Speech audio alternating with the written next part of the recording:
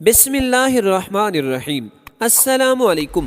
کسی زمانے کی بات ہے، ایک شہر میں کافر تھا جو اپنی ذہانت کی وجہ سے بے حد مقبول تھا۔ اس کافر کی اہم بات یہ تھی کہ وہ مسلمانوں اور اسلام کے سخت خلاف تھا اور اکثر بیہودہ سوالات نکالتا اور لوگوں کو چیلنج کرتا کہ میرے سوالوں کے جواب دیں، اور اس طرح وہ اپنی غلیظ سوچ سے ان سب کو نیچا دکھاتا اور یوں اس کو اپنی ذہانت پہ بے حد غرور ہو گیا۔ ایک بار اس نے 3 ایسے سوال سوچے جن کا جواب بڑے سے بڑے عالموں کے پاس نہ تھا، اور اس کی عقل کا ڈنکا ایک بار پھر زور پکڑ گیا۔ سوالات کچھ یوں تھے۔ اس کا پہلا سوال یہ تھا کہ جب کسی نے اللہ کو دیکھا نہیں تو تم اپنے کلمے میں اپنے اللہ کی وحدانیت کی گواہی کیسے دیتے ہو کہ اللہ کے سوا کوئی معبود نہیں؟ اس کا دوسرا سوال یہ تھا کہ جب ہر چیز پر اللہ قادر ہے اور جو کچھ بھی ہوتا ہے وہ اللہ کی مرضی سے ہوتا ہے، تو پھر کسی بری بات کے لیے انسان کیوں قصوروار کہلائے گا؟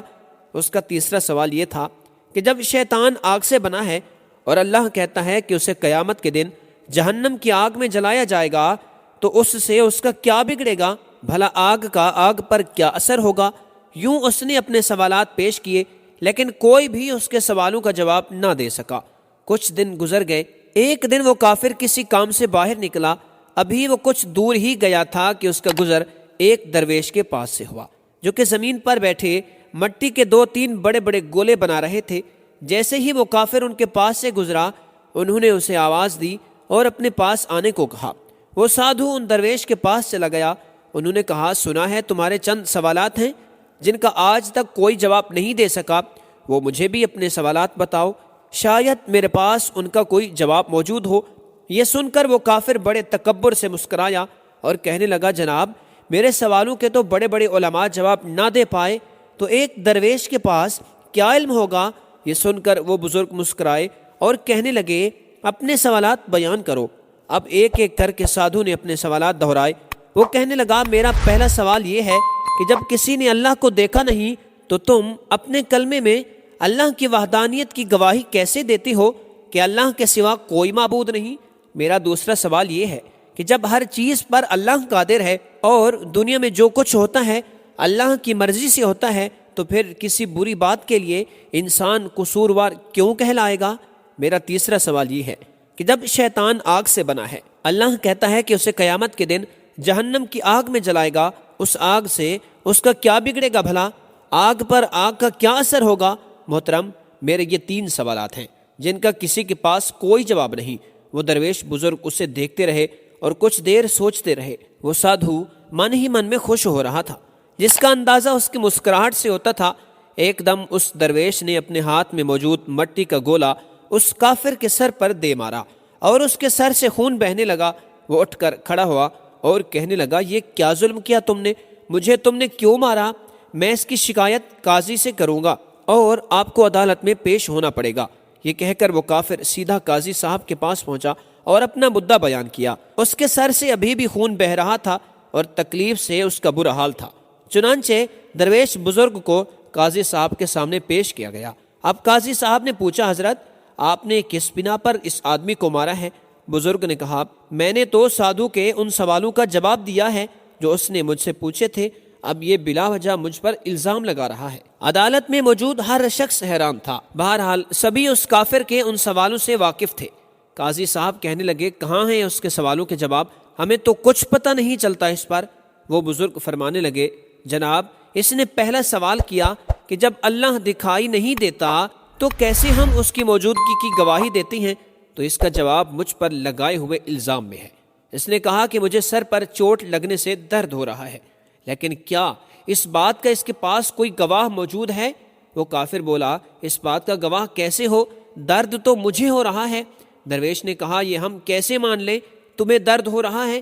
وہ سادھو بولا، کیونکہ مجھے درد محسوس ہو رہا ہے۔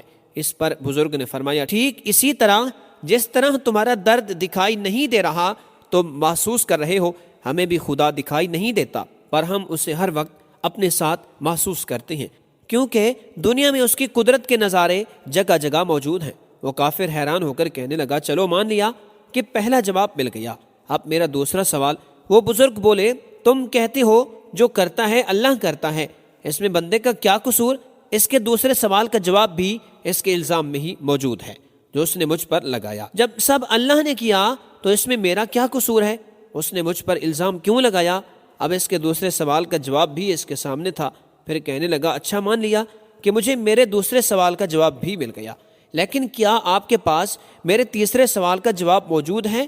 وہ بزرگ بولے تمہارا تیسرا سوال ہے کہ جب شیطان آگ سے بنا ہے اور اللہ کہتا ہے کہ اسے قیامت کے دن جہنم کی آگ میں ڈال دیا جائے گا، تو اس آگ سے شیطان کا کیا بگڑے گا؟ تم پہلے مجھے یہ بتاؤ تم خود کس چیز سے بنے ہو؟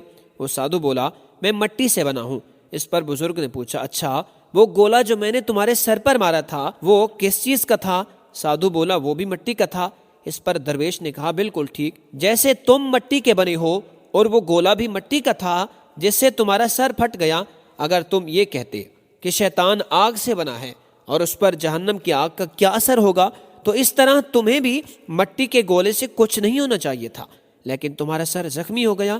بالکل ایسے ہی قیامت کے دن دوزخ کی آگ شیطان کو ریزہ ریزہ کر دے گی۔ وہ سادھو بہت حیران ہوا، حتیٰ کہ عدالت میں ہر شخص حیران ہو گیا کہ کس حکمت سے اس درویش نے اس کافر کو لاجواب کر دیا۔ کافر بولا میں اپنی حماقتوں سے توبہ کرتا ہوں اور اللہ پر ایمان لاتا ہوں، بے شک اللہ جو چاہے اور جیسا چاہے وہی حکمت والا ہے اور ہر چیز پر قادر ہے۔ اللہ تعالی ہمیں اپنی وحدانیت پر اقرار پر ثابت قدم رہنے کی توفیق عطا فرمائے۔ اللہ ہمیں ہمیشہ اپنی عبادت کرنے کی توفیق عطا فرمائے، ہمیشہ اچھے عمل کرنے کی توفیق عطا فرمائے۔ آئیے کمنٹ سیکشن میں آمین لکھ دیجئے۔